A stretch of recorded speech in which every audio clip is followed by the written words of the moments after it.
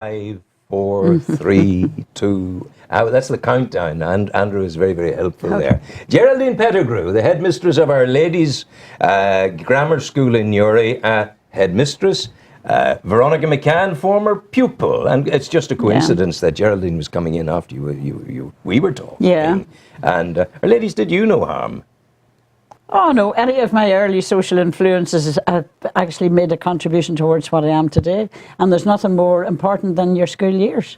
You know, and forming the person. I loved school to an extent.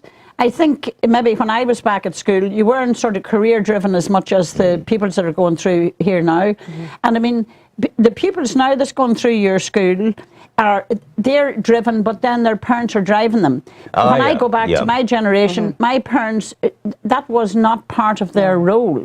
You know, they were just your parent. You went to school, and to a sense, your development after that, your intellectual development was the business of the school. What do you think of that, Geraldine? To an extent, the parents were not. Maybe there probably was a social class difference in that too, as there always is. You know, depending on what your parents' expectations were.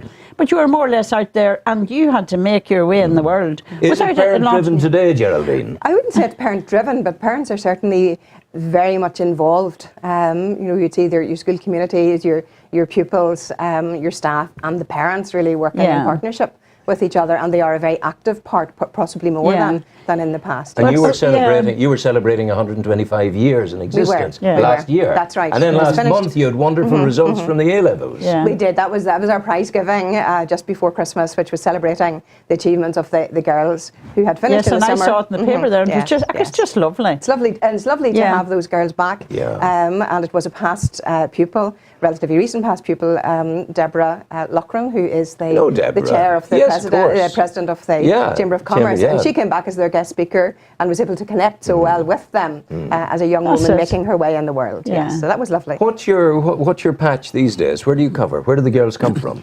Still the same very wide catchment area that there always would have been. In Newry, of course, out to South Armagh, South Down, out to Banbridge, Dromore, out to Crossmaglen, down to Warrenpoint and Kilkeel, and very, very wide indeed, and travelling in by all means and modes as well. I didn't know. You may have known, but you mentioned earlier that in the first days, Our Ladies was in Warrenpoint. Well, it was founded in Newry. Yeah, but they all come up. The nuns came up from the south somewhere. Yes, they did. Traipsed up, got the house. Who gave them a house? They founded. You know, I don't know who gave them the house. But there's a house there. There was a house there, and was then it the Canal Street property? There was the Catherine Street property and the Canal Street property. Of course. That became the first main school building. Wow. But in the 20s, the boarding school moved to Warrenpoint, and there were day pupils, including my own mother, who attended at that and your dear mother, stage. you mentioned to me, would be 101 today. That's right. This year, yes. This year. That's fantastic. What is in a sentence, what is the ethos of Our Ladies? The sentence is quite hard. Ora et labora. Ora et labora. Work and pray. Oh, I've forgotten that. Yes, there you are. It is. It's on the work and pray. But there's room for a little bit of friendship and fun as well. Of course. And we take three key ideas, Rowan, at the moment. We would say, you know, spirituality at the centre, and scholarship, and service. And that really sums up for us, I suppose, the breadth of the service. Our Ladies ethos. Yes. So we hope to encourage and foster. The strand of educative life that you most easily gravitate towards. What's the academic expertise of Our Ladies? Where are you centred? Is it science? Is it art? Where is it? I think we actually would see the breadth of provision as being one of the rich things about the school. At the time when there was an option to, say, apply for specialisms, and that was something which the department invited schools to consider, and we discussed it and looked at it and thought, well, would we want to do that? And there were real advantages, perhaps in highlighting certain areas. But when we stood back and really assessed our whole curriculum, you know, the arts, the sciences, the languages, all of the humanities, increasingly, you know, the technical subjects as well, which have come on board. It's the fact that we try to offer the girls the opportunities to work to their strengths wherever those might be, and in any combination. And they're now, no, you hadn't this dilemma in your day, but the girls are now quite at ease with the ankle-length skirt. There was murder about that at the start. Get these girls rolling them up and going around. I think there was, other schools. I would have hated them. Yeah. I tell you that. Well, when other schools were having in discussions full of angst about the very, very short skirts. Our discussions full of angst were about the very, very long skirts. Yeah. So 8 inches up from the ground is slightly more elegant. Was it Sister model. Perpetua who introduced that? It was. I think the uniform changed when they moved to the new school building in Checker Hill, and it was an idea of really to have something quite visible to mark the change, and also to make it a senior. It's a senior uniform. Because it becomes a kind of badge of honour. It is, because the old not everyone uniform. can wear it. That's right. Did the old uniform stay right up to that? Because it was distinctive, you see. Yes. It never looked like a school uniform. It had to be made. It had to be made. Yeah. No, it had the little buttons down. Yes. It had changed. Yes, I wore the uniform that you're describing. Yeah. It had changed, but the pinafore remained. Just it could be bought commercially, and the juniors still wear that pinafore. And then the seniors have the skirts. What about the nuns? You don't have any anymore. We have one. We have one. And she no longer wears the huge. Wow, this big kind of. No, she's not discriminated against, I hope. Oh, certainly not. That would be very much against what have you got? Sister Yvonne Hannah. Well, I hope she'd be assertive one of enough. our senior teachers. You have sorry, I interrupted Sorry, you. I was thinking that she might be assertive enough to keep her own space. Oh, I would say she is. But you have a sister. You have a sister from South Armagh. In Minna, on the road from Abuja to the river in northwest Nigeria. What's her name? Carmel Loy. Yes, Sister Carmel Loy. Tell you a story, Mary Loy. Tell you a story about Mary. I know Minna very well. That's on my road up to my people across the river. And I'd been given a painting. What's his name? Neil, my dear friend Neil Shawcross. Yes. We taught together in the University of Ulster. And Neil did this huge portrait of me when I had hairy head and hairy beard and all the rest of it. And every time I looked at it on the wall, I said, Neil, that'll build a classroom in Africa. Do you mind if I auction it? He said, not at all. So here I had it bubble wrapped and going down, and this woman sits beside me in the train, or I sit beside her.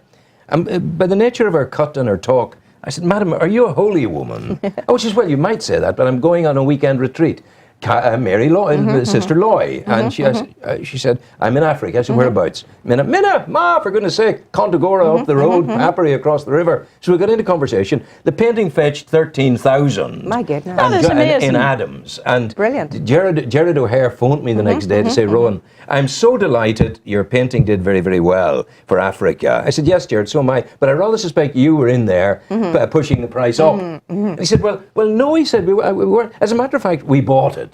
Right. And I said, that's great, it's going to a good home. He said, it is, because we bought it to give it back to you as a gift for what you're doing in Africa. So £13,000 and the painting back. That was just absolutely lovely. That's a beautiful gesture. But your sisters are in Minna, a very, very demanding place in Nigeria. They're in a number of places in Africa, and it's one of the things that we want to do, I suppose, as the legacy of the 125 year is to strengthen the links, not only with Mercy Schools worldwide. That's his 125. Your badge is 125. Yes, 125. It's a very clever badge. Yes, yeah. yes. Takes you a wee while to work out the I haven't seen that. That's the first time I've seen it. Caroline Gallagher Lavery designed that badge good. for us, and all of the girls in school last year and all of the staff have it. I will get a badge for you, Rowan, and one for you, Veronica. That's lovely. That'd be wonderful. That'd be gorgeous. I like it. Yes, it's just a very, very nice little thing. It's nice and fashionable. You could wear it as a little brooch. So you were saying about... Yes, we do.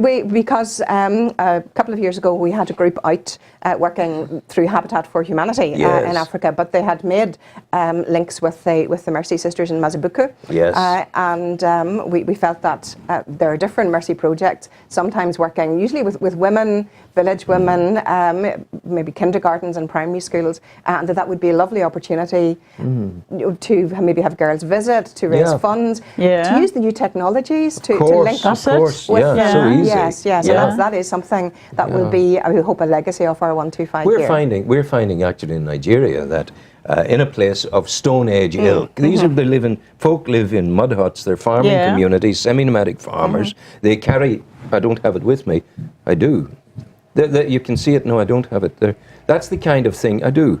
That's the kind of thing. That's the those are the families. Hold on to that. Right. Those are the families you see. Yes. It's very, very primitive. Yes. But yet, what's creeping in there? Technology, the mobile phone. You see, I was thinking, is have suddenly they got come in. mobile phones? Yes. Slowly coming in. Yes. Now, Yes. You know. so your ladies, your sisters, and your girls when they go out, they're at the edge of civilization, That's really. right. That's Yeah. right. That's right. And it is a huge learning curve. There have been girls who've gone out with different projects. The Bosco were there in the summer, and Yes. our head girl from last year, Sarah Heatley, had gone out, and others, and the impact on those young people. Oh, it would be life-changing. It is absolutely exactly the way to describe it. It is life-changing. It is, and they'll never lose that. No, no. They'll come back and they will proselytise gently and enthusiastically at times. And the ripples go out. They do. They do, surely, Of to course they do. Conversations, Of course and they do. did you hear about it, and what about it? Yeah. And it starts other people thinking, and maybe starts a journey for them. That's it. in And their there's thinking always as well. that connection. You don't lose those connections ever. No. Yeah. Did you, when you moved to the new school, I remember the day the foundation sod was cut. I came up from my boat, and I remember, sure as God, I had my yellow wellies on from the boat. I was racing up from the boat, so somebody to be there, get a couple of photographs of it. But did you find that in the transfer across, that you took with you some of the good ghosts of the old school? Yes. Or were you going into a pristine Tupperware school?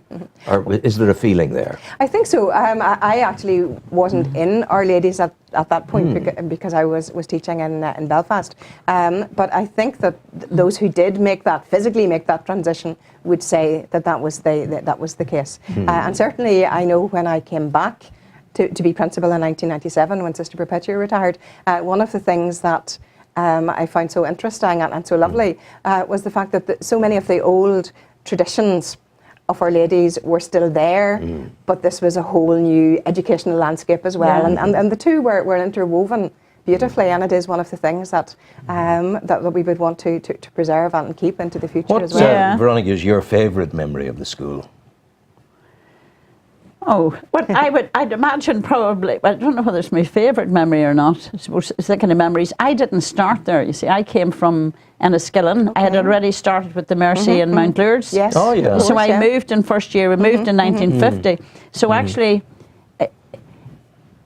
I think if you're in a town and go to a school, you're part of the school family. But I came in at 11 and a half years of age as a new person into an established community that had its origins in the primary school. And to a sense, you always stayed, there was a separation. You never were an integrated Newry person. You weren't during your school life because you missed the connections that you made in primary. So, in Enniskillen. Which happened in Enniskillen. And you were maybe a fringe pupil to a certain extent. But in a sense, that was your own doing if you were longing for Enniskillen. But then you're 1951, and in those days there was no A level, so you only stayed to 55. It was a very short time. You were still very young. And I would have done in those days, you did your senior, it was 15 years of age, and you were out.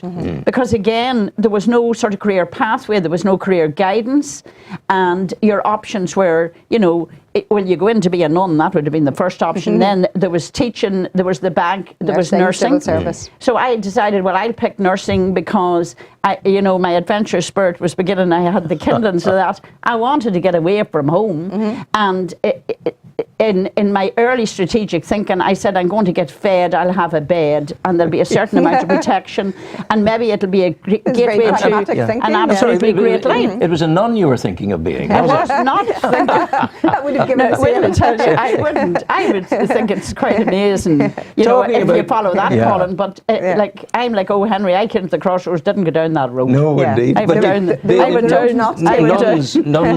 other road. Nuns are a dying breed, God love them. There's not so many of them. There are not so many of them. I mean, the work, obviously, which is still being done is crucial and very valuable. Good in the developing world. I refuse to call it the third world because it pushes it away. It's not this world. It's another different. It's not the third world. It's our developing part of the planet, really. And connected to us. Absolutely. So you're doing great with it. And African nuns are there. Our sister Paulina at Pappery, she's huge woman of African descent in there, and it's all changing. It's an African church now. But are they? You would have a contact with the organisation of the sisters. Are they resigned to being the last women standing? I don't know that there's, I would say they're resigned to it because there's so much active involvement in so many different activities. I think there's I think they would all see, just as you have described, a shift in focus. You know, to go where the need is and to be where the need is, and there will be, you know, postulants and young people joining in other countries, and it's really like a natural cycle of what's needed and what's done at a different time and different place, and changing roles. And they're changing roles. You know, when Catherine Macaulay founded. Started the Mercy Order. She had not originally intended to found an order of sisters. It was a group of women working to support other women. But the Bishop of Dublin at the time really felt that it would be perhaps a safer or more known organisation to work within the formal structure of the church. But were they very much, was their focus always education, their prime focus? Oh yeah, it was the phrase was about fitting, this, I always think this is a beautiful phrase, to fit young women for earth without unfitting them for heaven. Wow. So, you know, that's good. I think it's a brilliant saying, and that was the if you like the vision, and that was the statement of intent. Absolutely. And in a way, that's what we're continuing to do in different ways for a different world. And it was the same type of mission statement in a way. It was a mission statement, Frank, exactly. You know, which is fascinating. Well, I never heard that one before. It's a good one, isn't it? It is a good one. Yeah. Well, even the languages of its time. Yes. Of its time, very much so. Very much so. Now you'd be looking for sort of lovely cliched remarks and things like that. I'm now going to pay tribute to your musicality in the school. Okay. And I'm going to play for you as we come to the end. Where do people find Our Ladies? What's your website? www.ourladiesgrammar.org. It's currently under reconstruction, but the new website actually we hope will be in place from next week. Our Ladies www.ourladiesgrammar.org. Is there an apostrophe in there? No, Our Ladies Grammar, no, just all lowercase. So I'm now going to play, because my own daughter learned her musicality, Anne-Marie, at Our Ladies. It began there. So I'm now going to play for you Yo-Yo Ma, Ennio Morricone's Gabriel's Oboe. Beautiful. So we'll do that for you now. Thank you both for coming in. Thank you very much. Thank you. Have you got Gabriel's Oboe? It's on the stuff I gave you yesterday, Andrew. Just take your time and give me the thumbs up when you've got it. Pardon? I don't mind. It's very important that we have it now. Thank you. If you can find it.